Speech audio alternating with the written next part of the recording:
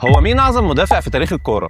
تعال خلي كشكاوي يقول لك مين هو. من ناحيه عندك مالديني، اسطوره الدفاع الايطاليه، اللاعب اللي قضى مسيرته كلها مع نادي واحد ونادر لما يرتكب خطا. لكن من الناحيه الثانيه بقى في اسم كتير من المؤرخين والخبراء بيعتبروه المدافع الاعظم في تاريخ اللعب، وهو فرانس بيكنباور. بيكنباور ما كانش مجرد مدافع قوي او قائد عظيم، ده اللاعب اللي غير مفهوم مركز المدافع بالكامل. على مستوى الانجازات بقى بيكنباور فاز بكاس العالم وهو لاعب. تفتكر بعديها عمل ايه؟ طبيعي طالما انا قلت كلاعب يبقى هو كسب كاس العالم وهو مدرب، وده انجاز مش سهل خالص في تاريخ كرة القدم وقليل قوي اللي قدر يعمله. وكمان حقق دوري ابطال اوروبا 3 مرات ورا بعض، وفاز بالكرة الذهبية مرتين. والارقام دي لو سمعتها تقول ان هي ارقام مهاجم هداف، لا دي ارقام مدافع. وكمان قدر ان هو يحول بايرن من نادي ناجح محليا لنادي عملاق اوروبيا. بالنسبة بقى لمالديني ان هو واحد من اعظم المدافعين في التاريخ، الا ان هو بقى معرفش ان هو يحقق كاس العالم ومعرفش يغير من شكل المركز نفسه